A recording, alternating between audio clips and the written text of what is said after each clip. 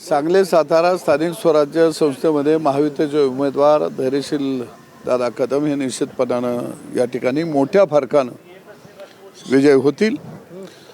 महायुती म्हणून एकसंघपणाने या निवडणुकीला आम्ही सगळे सामोरे गेलेलो आहोत। भारतीय जनता पक्ष असेल, राष्ट्रवादी काँग्रेस पक्ष असेल, शिवसेना असेल, इतर मित्र पक्ष असेल, या सगळ्यांनी या निवडणुकीमध्ये खऱ्या अर्थानं परिश्रम घेतलेले आहेत आणि 22 तारखेच्या निकालामध्ये एक चमत्कार घडलेला आपल्याला या निवडणुकीच्या माध्यमातून निश्चितपणानं पाहायला मिळेल। रोहित पवार यांनी जे वक्तव्य केलेलं आहे की लोकशाही सध्या हुकुमशाहीच्या दिशेने वाटचाल करत आहे। रोहित दादा पवार हे लहान आहेत, त्यांनी जरा जुना इतिहास तपासला तर निश्चितपणानं बरं होईल। कारण पोलोद आघाडीचा प्रयोग या महाराष्ट्रामध्ये झाला आणि कुणी कुणाच्या पाठीत खंजीर खुपसला, त्याच्यानंतर कुणी कुणाचे किती पक्ष फोडले, याचा सगळा इतिहास जर त्यांनी चाळला असता तर निश्चितपणानं त्यांच्या लक्षात आलं असतं की कट कारस्थान करणारं आणि कपट विद्येचं विद्यापीठ हे त्यांच्या आजोबांनी स्थापन केलेलं आहे आणि त्या विद्यापीठातले आदर्श, गुणवंत, विचारवंत असे हे अभ्यासू विद्यार्थी रोहित पवार त्या ठिकाणी अभ्यास करत आहेत।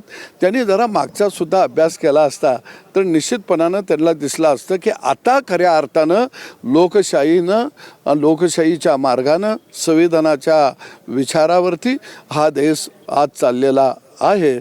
ते बोलत आहेत की देश हुकुमशाहीकडे निघाला। अरे आणीबाणी कुणी आणलेली होती? पहिल्यांदा हुकुमशाही आणण्याची पावलं कुणी उचललेली होती? आपण त्यांच्या ताटात जेवत आहात, त्यामुळं आपल्या मिशीला आणीबाणीचं उष्ट लागलेलं आहे हे मात्र ते सोयीस्करपणानं विसरलेले आहेत। जयंत पाटील सुद्धा या सगळ्या अलीकडच्या राजकीय घडामोडीवर ते बोलले की संविधानातलं 10 कलम या कलमानुसार 10व्या परिशिष्टानुसार पक्षांतर करता येत नाही। मग तुमच्या विद्यापीठामध्ये ज्या तुम्ही हेडमास्टर म्हणून काम करत होता त्या पवार साहेबांच्या विद्यापीठामध्ये किती पक्षांतरी झाले, किती पक्ष तुम्ही फोडलं? त्यावेळी मात्र आपल्यानं केलं तर ते बाब्यानं केलं, दुसऱ्यानं केलं तर ते कार्ट्यानं केलं। आणि म्हणून मला वाटतं की जयंत पाटील महान विचारवंत आहेत, त्यांच्या लक्षात अजून आलं नाही की आपण सत्तेच्या बाहेर का आहोत, जनतेनं आपल्याला सत्तेच्या बाहेर का ठेवलं याचं त्यांनी पहिल्यांदा आत्मचिंतन करावं आणि त्यांचे लोक सैरावैरा धावणार नाहीत याची काळजी घ्यावी। आता शेजारच्या घराकडे वाकून बघायचं सोडावं, आपल्या घरात काय चाललंय हे जर त्यांनी बघितलं तर निश्चितपणानं बरं होईल। दुसऱ्या बाजूला कायदा सुव्यवस्था बाबत त्यांनी भाष्य केलं की जिल्ह्याची कायदा सुव्यवस्था हे ढासळलेली आहे। 20 वर्षाच्या काळामध्ये काय कायदा सुव्यवस्था होती? सगळे गुंड हे त्यांच्या पक्षामध्ये होते, सगळे गुंड निवडणुका लढवत होते, सगळे गुंड हे घरात घुसून सामान्य माणसाला ठोकून काढत होते, मर्डर करत होते। म्हणजे गुंडांच्या माहेर घरात राहणाऱ्या माणसानं काशीसनं आंघोळ करून आल्यासारखं पवित्रपणा दाखवावा, याच्या एवढी लोकशाहीमध्ये दुसरी थट्टा असू शकत नाही। शेतकरी कर्जमाफी झालेली आहे, मात्र तरी देखील एकामागून एक आंदोलन होत आहेत। रोहित पवारांनी केलं, आता रविकांत तुपकर करतायत। रविकांत तुपकर हा शेतकरी प्रश्नावर लढणारा कार्यकर्ता आहे। मी आपल्या माध्यमातून आवाहन करेन की सरकार त्यांच्याबरोबर चर्चा करू इच्छितं, चर्चा करायला तयार आहे। त्यांनी सरकारबरोबर चर्चा कराव्या, परंतु देवाभाऊच्या सरकारनं दिलेली ही कर्जमाफी जी आहे ही कर्जमाफी ऐतिहासिक आहे। या कर्जमाफीच्या बाबतीतल्या काही त्रुटी असतील त्या निश्चितपणानं दूर केल्या जातील, परंतु या कर्जमाफीचा लाभ हा ज्या शेतकऱ्यांना 2017 आणि 2019 मध्ये मिळाला नाही अशा सगळ्या शेतकऱ्यांना 2 लाखापर्यंत मिळणार आहे. जे शेतकरी 2019 नंतर थकबाकीदार झालेले आहेत अशांनाही लाभ मिळणार आहे. आणि म्हणून मला वाटतं की नियमित शेतकऱ्यालाही 50,000 रुपये मिळणार आहेत. त्यामुळं कर्जमाफी ही पारदर्शक आहे. परंतु विरोधकांना आता काहीतरी कुलीत लागत असतं. पाटलाच्या माळावर बोंबलायला काही कोणाची परवानगी लागत नाही. त्यांना काही सरकारनं केलं तरीसुद्धा त्यांच्या पोटात दुखायला लागतं. या त्याच्यावरती औषध हे निश्चितपणानं सरकारकडं आहे. त्यांनी औषध घ्यायला सरकारच्या दवाखान्यामध्ये यावं. बच्चू कडूंनी अशाच पद्धतीने आंदोलन केलं होतं, मात्र ते पुन्हा सत्तेत सामील झाले होते. असं काही होणार आहे? बच्चू कडूंनी देखील शेतकरी कर्जमाफीवर मोठं आंदोलन केलं, मात्र नंतर ते सत्तेत जाऊन सामील झाले होते. कोण? बच्चू कडू. बच्चू कडू यांनी जे आंदोलन केलं तर ते आंदोलन सफल झालं. सरकारनं कर्जमाफी दिली. आणि जर करणारं सरकार असेल तर त्याच्याबरोबर जाण्यामध्ये काय फार वावगा आहे असं मला निश्चितपणानं वाटत नाही. कारण विरोधातली लढाई ही बच्चू कडू असतील, अजून शेतकरी नेते असतील, ही प्रस्थापितांच्या विरोधातली होती, सत्तेच्या मस्ती चढणाऱ्यांच्या विरोधातली होती. सामान्य माणसाचा प्रश्न घेतल्यानंतर गोळ्या घालणाऱ्या सरकारच्या विरोधातली ती लढाई होती. आज हे सरकार शेतकरी, शेतमजूर, बाराबुलीतेदार, आलुतेदार यांच्याबरोबर चालणारं सरकार आहे. त्यांचं ऐकून घेणारं सरकार आहे. आणि म्हणून मला वाटतं की सरकारच्या कर्जमाफीतून अनेक शेतकऱ्यांना मोठ्या प्रमाणामध्ये लाभ मिळणार आहे. निश्चितपणानं अजून कोणाच्या काही त्याच्याविषयी मतमतांतर असतील, त्याच्याविषयी काही शंका असतील तर निश्चितपणानं सरकारसमोर त्यांनी मांडाव्या. मग सरकार जर पारदर्शी म्हणतात, तुम्ही शेतकरी कर्जमाफी असेल, मग नेमकी ही आंदोलनं का होतात? म्हणजे केवळ रोहित पवार शेतकऱ्यांच्या नाही, रोहित पवार त्यांनी जे काही आंदोलन केलं खऱ्या अर्थानं ते राज्याच्या दृष्टिकोनातून अत्यंत चांगलं आणि महत्त्वाचं आंदोलन होतं. आणि मी अनेक वेळा म्हटलं की ते आंदोलन त्यांनी चालू ठेवायला पाहिजे होतं. शेतकऱ्यांच्या मोठ्या अपेक्षा रोहित पवारांच्याकडनं होत्या. मला वाटलं की आता शेतकऱ्यांचा जो काही ऊसाला FRP मिळालेला नाही राज्यामध्ये, तो ऊसाचा FRP सुद्धा निश्चितपणाने मिळेल. आणि तो मिळाल्याशिवाय रोहित पवार आपलं आंदोलन थांबवणार नाहीत. मला वाटलं तर की सहकारी साखर कारखाने अनेक लोकांनी आपल्या स्वतःच्या घशात घातलेले आहेत, स्वतःच्या मालकीचे केलेले आहेत. ते कारखाने शेतकऱ्यांच्या मालकीचे होतील तोपर्यंत रोहित पवार मागं हटणार नाहीत. अशा अनेक प्रश्न होते. अनेकांनी जिल्हा मध्यवर्ती बँकेमध्ये घोटाळा केलेला आहे. रोहित पवार आता या घोटाळेखोरांना सुद्धा तुरुंगात डांबल्याशिवाय आपलं आंदोलन थांबवणार नाही. परंतु रोहित पवार 2च दिवस उपाशी बसले. अरे बाबा, आम्ही 9 दिवसाचं नवरत्न करतो, 9 दिवस उपवास करतो, तरी आम्ही थकत नाही. आणि गावगाड्यातला कष्ट करणारा माणूस या उपवासाच्या कालखंडामध्ये शेताभातात काम करून उपवास करतो. पण 2 दिवसामध्येच यांना ग्लानी यायला लागली. मंत्री याच्या अगोदर ह्यांना टावेल डोक्यावर घेऊन ह्यांना झोप यायला लागली. कारण पोटात अन्न नसलं की झोप लागत नाही, पण ह्यांना मात्र चांगली झोप लागत होती. म्हणजे याचा अर्थ की सरकारनं घेतलेला निर्णय याच्याविषयी जनतेच्या मनामध्ये संभ्रम कसा निर्माण करता येईल आणि आपल्याला नेतृत्व करता येईल का, आपण राज्याचा नेता बनू शकू का, याच्यासाठी चाललेली रोहित पवारांची ही धडपड आहे. पण त्यांच्या लक्षात आलं पाण्यातनं बाहेर आल्यावर मासा जास्त काळ जिवंत राहत नाही.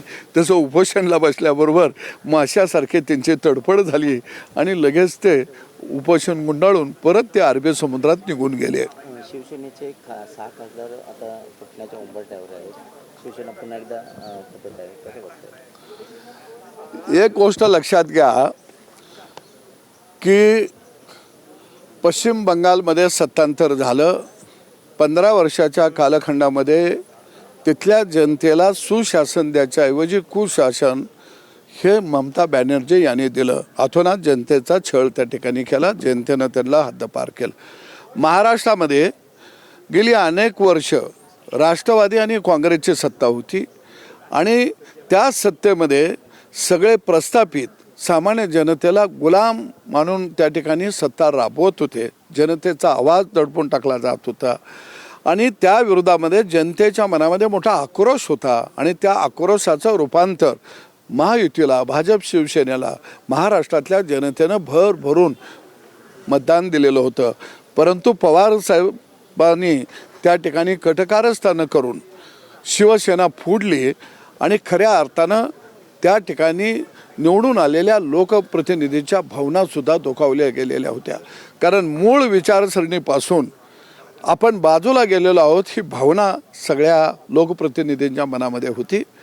आणि म्हणून मला वाटतं की जे पेरलं तेच उगवलं. तुम्ही महायुतीबरोबर लढला आणि 19ला वेगळं झाला. आता तीच माणसं तुमच्यापासून मूळ घरामध्ये प्रवेश करत आहेत. याच्यामध्ये काही असं आश्चर्यकारक आहे असं मला वाटत नाही. संजय राऊतांनी शक्तीपीठाच्या विरोधात आक्रमक पद्धतीने आता आंदोलन करतायत. उद्या अमित शहाचा 2 दिवस दौरा आहे. शेतकऱ्यांना काळे झेंडे दाखवण्याचा इशारा सुद्धा देण्यात आलेला आहे रघुनाथ पाटलांनी.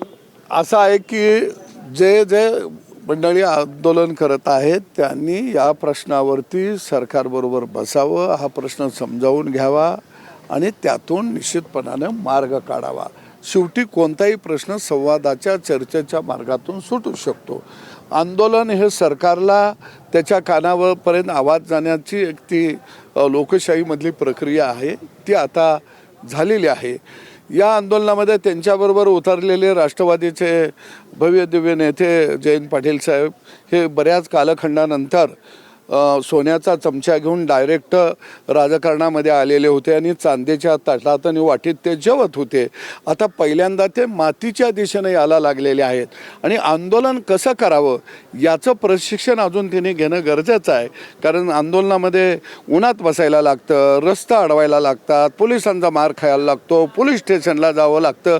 त्यावेळी खऱ्या अर्थानं आपण शेतकऱ्यासाठी लढतो अशी शेतकऱ्याची भावना त्यावेळी ती निर्माण होत असते. आणि म्हणून मला वाटतं की आता सरंजाईपणातून जयंत पाटलांनी बाहेर यावं आणि मातीमध्ये बसावं. मग त्यांना नेमका राज्याचा विकास काय ते कळेल. ज्यांना पेठ सांगली रस्ता करता आला नाही ते शक्तीपीठावर बोलायला लागले. हे खरं म्हणजे एक मोठं जगातलं मोठं आश्चर्य आहे असं म्हटलं तर काय वावगं ठरणार नाही. संजय राऊतांनी सांगितलं की 15 कोटी रुपये ॲडव्हान्स दिलेला आहे, त्यामुळे पक्ष फुटत आहे, आमचे खासदार फोडलेले आहेत भाजप.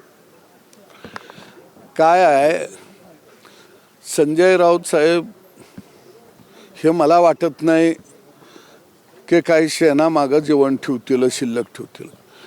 आपल्याकडं काही लोक असे असतात की गंजीखाना पेटवायचा आणि पेटवल्यानंतर सकाळी तिथं राख शिल्लक राहिल्या का बघायला जायचं आणि राहिली असली तर ती फुकायची, कारण राखसुद्धा राहता कामा नये. तशी शिवसेना त्यांच्या हयातीमध्ये पाक फुकूनच जाते काय मला कळत नाही. कोणी माणूस गेला की त्याला पैसे मिळाले. अरे ही माणसं अनेक वर्ष तुमच्यावर लढली, अनेक वर्ष तुमच्यावर त्यांनी खंद्याला खंदा लावून काम केलं, अनेक वर्ष त्यांनी सत्तेच्या विरोधामध्ये लाट्या काट्या खाल्ल्या. त्यावेळी काय त्यांना कोणी पैसे दिलेलं होतं का? आणि मला असं वाटतं की एवढ्या रकमेवरती माणसं विकली म्हणजे ही माणसं विकाऊ होती का? त्यांना तुम्ही जनावरं समजता का बाजारातले? आणि प्रत्येकाला एक मान सन्मान असतो. संजय राऊत साहेब तुम्ही सामान्य माणसाची हेटाळणी करू नका. तुमचा जो मातोश्री आहे, आम्ही महायुतीत होतो, अनेक आमदार मातोश्रीच्या भोवतानं प्रदर्शना घालायचे, खासदार प्रदर्शना घालायचे, तरी त्यांना 6-6 महिना आत भेट मिळत नव्हती. हे आम्ही डोळ्यानं अनुभवलेलं आहे. तुम्ही मात्र घोषा लावून घरात झोपणार आणि सामान्य माणसाला रस्त्यावर लढायला लावणार आणि तुम्हाला वाटतंय असं सत्तेचं गाजर हातात धरणार. आता लोकप्रतिनिधी किंवा कार्यकर्ता हा शहाणा झालेला आहे, त्याला बरं वाईट सगळं कळत असतं.